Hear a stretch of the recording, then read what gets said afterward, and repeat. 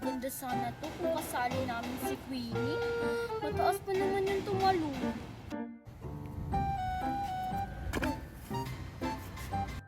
Uy, Marian, iba na lang kaya yung laruin natin.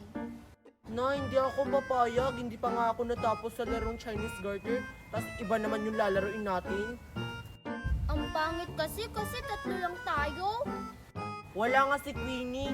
Sino yung isasali natin? Na, ayoko na maglaro ng Chinese Garter. Akin na nga to, Joshua. Ayoko nang makipaglaro sa inyo.